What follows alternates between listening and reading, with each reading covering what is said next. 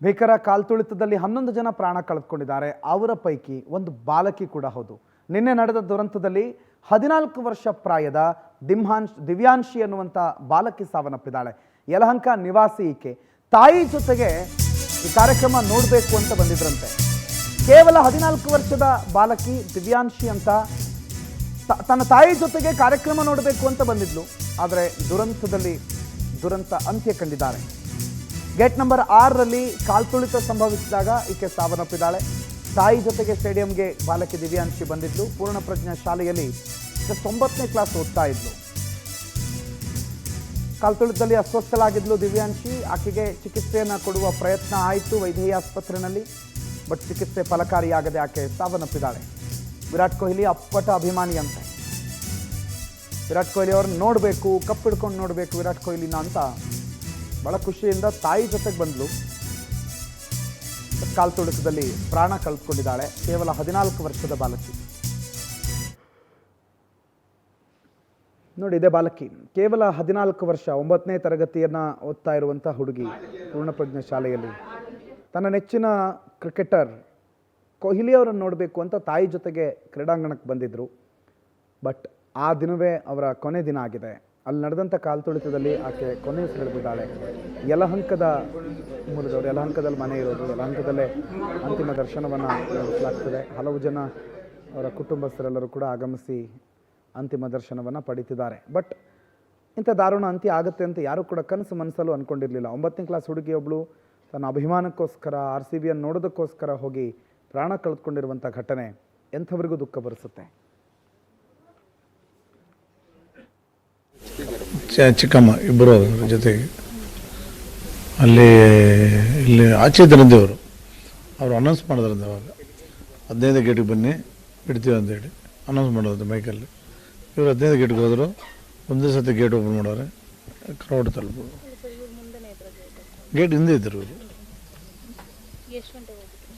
ಇವ್ರು ಕರೆಕ್ಟಾಗಿ ಮನೆ ಬಿಟ್ಟಿದ್ದು 2:30 ಅಂತ. ಇಲ್ಲಿಂದ 2:30 ಹೋಗಿ ಅಲ್ಲಿ 3:20 ಸೇರಿಕೊಂಡ್ರಂತೆ. 3:30 ಒಳಗಡೆ ಕರೆದ್ರಂತೆ ಅವರು. ವ್ಯವಸ್ಥೆ ಸರಿಯಿಲ್ಲಮ್ಮ, ಅಲ್ಲಿ ವ್ಯವಸ್ಥೆ ಸರಿಯಿಲ್ಲ. ಆಂಧ್ರಕ್ಕೆ ತಗೊಂಡು ಅವರು ನಮ್ಮ ಅಳಿಯ ಮಗಳು ತಾಯಿ. ಸುಚಿತ್ರಾ ಬಗ್ಗೆ ಮಾಹಿತಿ ಕೊಡ್ತಾರೆ. ನೇರ ಸಂಪರ್ಕದಲ್ಲಿ ಜಾಯ್ನ್ ಆಗಿದ್ದಾರೆ. ಸುಚಿತ್ರಾ, 14 ವರ್ಷದ ಮಗು ಅಭಿಮಾನಕ್ಕೋಸ್ಕರ ಹೋಗಿ ಪಾಪ ಪ್ರಾಣ ಕಳೆದುಕೊಳ್ಳುತ್ತೆ ಅಂತ ಯಾರಿಗೂ ಕೂಡ ಕನಸು ಮನಸ್ಸಲ್ಲಿ ಅಂದ್ಕೊಂಡಿರಲಿಲ್ಲ. ಏನಾಯ್ತು ಈ ಮಗುವಿನ ವಿಚಾರದಲ್ಲಿ? ಯಾವಾಗ ಬಂದ್ರಂತೆ? ಏನು ಅಪ್ಡೇಟ್ಸ್ ಇದೆ?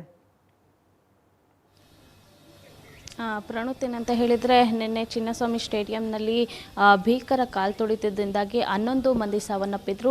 ಸದ್ಯ ಅವರನ್ನು ಬೋರಿಂಗ್ ಆಸ್ಪತ್ರೆಗೆ ದಾಖಲು ಮಾಡಿದರು. ಆನಂತರದಲ್ಲಿ ನಿನ್ನೆ ರಾತ್ರಿಯೇ ಮರಣೋತ್ತರ ಪರೀಕ್ಷೆಯನ್ನು ನಡೆಸಿ ಆ ಮೃತದೇಹವನ್ನು ಕೂಡ ಅವರ ಸಂಬಂಧಿಕರುಗಳಿಗೆ ಹಸ್ತಾಂತರವನ್ನು ಕೂಡ ಮಾಡಿದರು.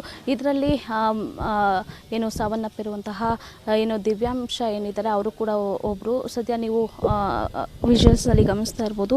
ನಿನ್ನೆ ರಾತ್ರಿಯೇ ಅವರ ಸಂಬಂಧಿಕರು ಮೃತದೇಹವನ್ನು ಮನೆಗೆ ತಂದಿರುವಂಥದ್ದು. ಜೊತೆಗೆ ಅವರ ಮನೆಯ ಮುಂದೆ ಈಗಾಗಲೇ ನೀರವ ಮೌನ ಆವರಿಸಿಬಿಟ್ಟಿದೆ.